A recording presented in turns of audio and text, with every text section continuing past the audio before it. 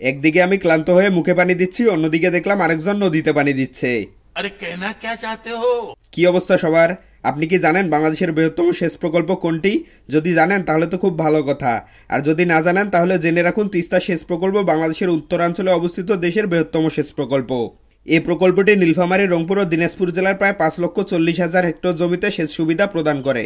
যাই হোক, তিস্তা সেচ প্রকল্প নিয়ে জ্ঞান দেওয়ার কারণ হচ্ছে আজকে আমরা যাচ্ছি তিস্তা ব্যারেজ ঘুরে দেখতে। আমরা প্রায় অর্ধেকেরও বেশি রাস্তা চলে এসেছি। এই পাম্পে আসলাম ফুয়েল নিতে, ফুয়েল নিয়ে আবারও রওনা দিলাম তিস্তার উদ্দেশ্যে। নতুন টালিয়া বাজার অতিক্রম করে চলে আসলাম পুরাতন টালিয়া বাজারে। এখানে বন্ধু মানিকের সাথে মিট করে তিস্তা ব্যারেজের চেকপোস্টের গেট দিয়ে ঢুকে গেলাম মূল এরিয়ায়। এখন আমার বাম পাশে দেখতে পাচ্ছেন তিস্তা নদী আর ডান পাশে হেলিপ্যাড। প্রথমেই চলে আসলাম নতুন কাজ করা এই পুকুর পাড়ে। পুকুরের চারদিকটাতে সুন্দর করে ঘর বানিয়ে দেওয়া হয়েছে মানুষের বসার জন্য। পুরো পুকুরটা রাউন্ড দিয়ে চলে আসলাম তিস্তার সেচ ক্যানেলে।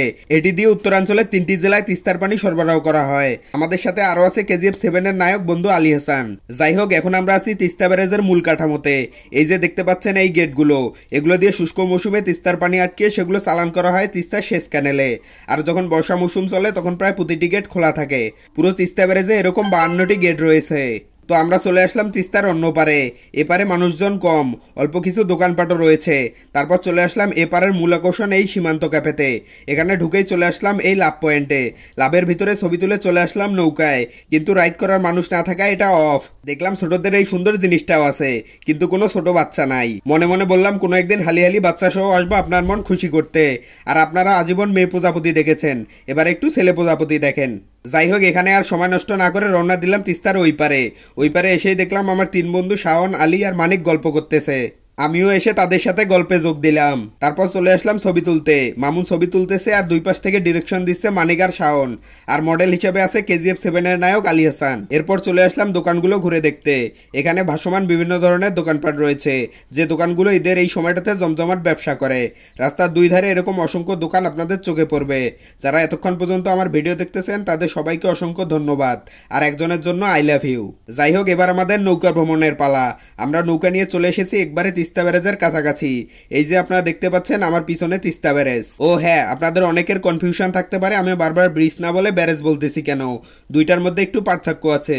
ব্রিজ দিয়ে শুধুমাত্র মানুষ পারাপারের কাজ চলে, আর যেখানে এভাবে পানি নিয়ন্ত্রণ করা হয় সেটাকে ব্যারেজ বলে। যাই হোক, মাঝি মামার সাথে তার সিটে বসে ভবিষ্যতের জন্য নৌকা চালানোটাও শিখে নিচ্ছিলাম। অলরেডি সুমন ভাই আমাদের সাথে যোগ দেওয়াতে আমরা 6 জন হয়ে গেছি। আর এই ভাইকেও দেখলাম আমাদের মতো দাঁত কালায় পোজ দিছে। যাই হোক, নৌকা ভ্রমণ শেষ। লাস্টম্যান হিসেবে আমি নৌকা থেকে নেমে আসলাম।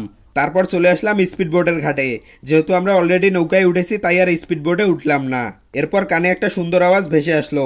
ভাইটা তার মাকে বললেন, মা সবার ছবি তুললাম, তোর ছবি তো তোলা হইল না, দাঁড়াও তোরও তুলি বলে ভাইটা ছবি তুলতে লাগলেন। কেমন যেন মন ছুঁয়ে গেল কথাগুলো।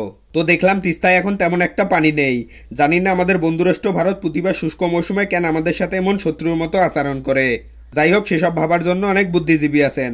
আমি ঘুরতে ঘুরতে ক্লান্ত, তাই চেয়ারে বসে একটু রেস্ট নিচ্ছিলাম। তিস্তা ব্যারেজ ঘোরা শেষ, তাই বন্ধু মানিককে নিয়ে রওনা দিলাম তিস্তা ব্যারেজ থেকে বের হওয়ার জন্য। তো এই ছিল আমাদের আজকের ভিডিও। দেখা হবে পরবর্তী ভিডিওতে। সে পর্যন্ত সবাই ভালো থাকবেন। আল্লাহ হাফেজ।